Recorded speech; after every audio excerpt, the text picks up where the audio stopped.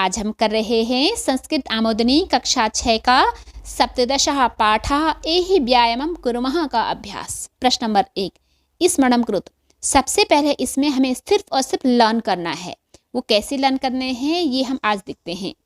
अस का अर्थ होता है होना, तो यहाँ पर सबके सब लट लकार यानी कि वर्तमान काल के रूप हैं।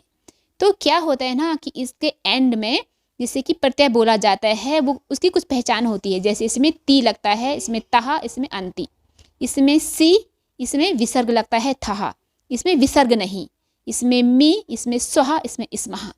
पहला है इसमें प्रथम पुरुष जिसे इंग्लिश में थर्ड पर्सन बोलते हैं।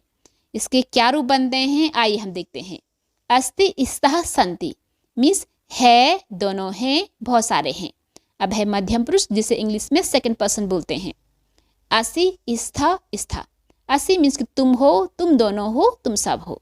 अब है उत्तम पुरुष यानी कि जिसे फर्स्ट पर्सन बोलते हैं। मैं, हम दोनों, हम सब के लिए। जैसे अस्मि मीन्स हूँ, स्वह हम दोनों हैं, इसमा हम सब हैं। अब है इसमें अस धातु जो कि लंग लकार यानी कि भूतकाल पास्ट टेंस के रूप हैं। प्रथम पुरुष में आसीत आस्ताम आसन, मध्यम पुरुष में आसी आस्तम आस्त, उत्तम पुरुष में आसम आसो आस्म। प्रश्न नंबर 2, हस्तम पश्य अंगुली नामान स्मृत, अर्थात हाथ को देखो, अंगुली होते हैं उंगली, उंगलियों के नाम, स्मृत स्मरण करिए, याद करिए। हाथ को देखो और उंगलियों के नाम याद करो। थम यानी कि अंगूठे को बोला जाता है अंगुष्ठ। तर्जनी इंडेक्स फिंगर को बोला जाता है तर्जनी। मिडिल फिंगर यानी कि जो बड़ी वाली उंगली होती है उसे बोला जाता है मध्यमा, क्योंकि एकदम बीच में होती है, मध्य में। अब है रिंग फिंगर, उसे बोला जाता है अनामिका, और जो लिटिल फिंगर है उसे बोला जाता है कनिष्ठिका। कनिष्ठ का अर्थ होता है छोटा।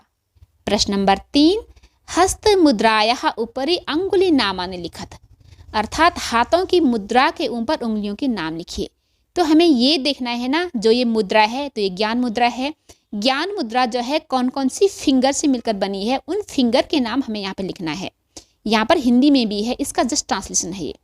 इयम ज्ञान मुद्रा अस्ति, इयम में होता है यह ज्ञान मुद्रा है। अनया एकाग्रता स्मरण शक्ति ही च वर्धते, अनया इससे एकाग्रता यानी कि फोकस, स्मरण शक्ति ही याद करने की शक्ति, 24 और वर्धते बढ़ती है, अर्थात इससे एकाग्रता और याद करने की शक्ति बढ़ती है। शिरोवेदना, सिर की वेदना यानी कि सिर दर्द। अनिद्रा नींद नहीं आना, क्रोधम गुस्सा, 24 और दूरम भवती होती है, अर्थात इससे सिर दर्द, नींद न आना और गुस्सा दूर होता है। तो हमें ज्ञान मुद्रा को मेडिटेशन के वक्त अवश्य करना चाहिए। अब है शून्य मुद्रा। इयम शून्य मुद्रा अस्ति, यह शून्य मुद्रा है। इयम होता है यह, अस्मिस है। अनया इससे अस्थीनि दृढ़ानि भवन्ति, अस्थीनि यानी कि अस्थियाँ, अस्थियाँ हड्डी को बोला जाता है। हड्डियाँ दृढ़ानि मजबूत भवन्ति होती है, इससे हड्डियाँ मजबूत होती हैं। हृदय रोगः कर्णपीड़ा बधिरत च दूरी भवन्ति, हृदय रोगा हार्ट डिजीज, कर्ण होते हैं कान यानी कि कान की पीड़ा, कानों के दर्द। बधिरतम बधिरता होती है सुनाई न पड़ना, सुनाई न पड़ना 24 और दूरी मिस दूरीकरण भवंती होते हैं, अर्थात हृदय के रोग, कान की पीड़ा और सुनाई न पड़ना यानी कि बधिरता दूर होते हैं। किससे? शून्य मुद्रा से। शून्य मुद्रा को भी मेडिटेशन के वक्त किया जाता है। आप शून्य मुद्रा और ज्ञान मुद्रा में से कोई भी मुद्रा को धारण कर सकते हैं, लेकिन हमारे ज़्यादातर अगर कोई बीमारी नहीं है, सिर्फ और सिर्फ हमें स्मरण शक्ति बढ़ानी है, तो हमें क्या करनी चाहिए ना, ये ज्ञान मुद्रा अपनानी चाहिए मेडिटेशन के वक्त। अब है निर्देश, शिक्षक निम्न आसनों को विद्यार्थियों से करवाएं। ये जो है पद्मासन है, इदम पद्मासनम अस्ति, यह पद्मासन है। इदम सिद्धासनम अस्ति, यह सिद्धासन है। तो होता क्या है ना कि इनसे एकाग्रता बढ़ती है, हमारा दिमाग और मन स्वस्थ रहता है और स्मरण शक्ति बढ़ती है। इसीलिए विद्यार्थियों को ये आसन अवश्य करना चाहिए जब भी उसे थोड़ा सा टाइम मिले। अब है इसमें चौथा, पठन्तु जानन्तु च, पठन्तु होते हैं पढ़िए, जानंद भी जाने, 24 और पढ़िए और जानिए इनके बारे में। ये महर्षि पतंजलि हैं।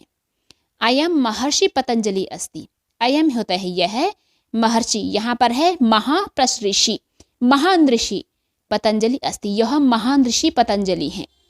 अयम भाष्यकारः योगसूत्रस्य च रचयिता अस्ति।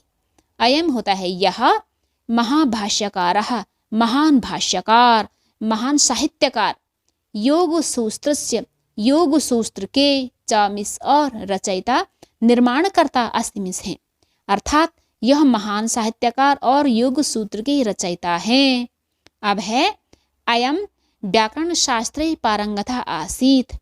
अयम होता है यह, व्याकरण शास्त्रे व्याकरण शास्त्र में, मिस ग्रामर में, संस्कृत के। अब है पारंगतः निपुण आसीत मिस थी, अर्थात यह व्याकरण शास्त्र में निपुण थे। हालांकि इसमें क्या है ना, आसित का अर्थ होता है था या थी, अस्तिमिस है, लेकिन हम किसी को रिस्पेक्ट देने के लिए हिंदी में इसका बहुवचन यूज करते हैं, इसलिए यहाँ पर जो है ना थे या फिर हैं इत्यादि यूज किया गया है। लिटरली इसका अर्थ जो है ना एक वचन में है। अब है गतिविधि। शिक्षक उक्त व्यायामों के साथ साथ बच्चों को सुखासन यानी कि पालथी लगाना, सिद्धासन और पद्मासन में बैठना भी सिखाएं। कुछ महत्वपूर्ण बातें ध्यान में रखें, जैसे इसमें कुछ नियम हैं। सूक्ष्म व्यायाम एवं योगासनों को धीरे धीरे एवं नियम पूर्वक सिखाएं। तो हमें क्या करना है ना, जब भी हमें व्यायाम स्टार्ट करना है, अगर हम पहले नहीं करते हैं तो, अगर करते भी हैं तब भी हमें ये ध्यान रखना है कि शुरुआती 5 मिनट में हमें क्या करना है ना, यानी कि सूक्ष्म व्यायाम और योगासन को धीरे धीरे और नियम पूर्वक करना है। मीन्स कि टाइम भी हमें फिक्स रखना चाहिए। अब दूसरा, शारीरिक असमर्थता होने पर जबरदस्ती ना करें। मीन्स अगर हाँ हल्का सा हमें वायरल फीवर है या कुछ प्रॉब्लम है, हमें मन नहीं है, तो हमें उस दिन ज़बरदस्ती नहीं करनी चाहिए। कभी कभी हमें रेस्ट भी खुद को देना चाहिए।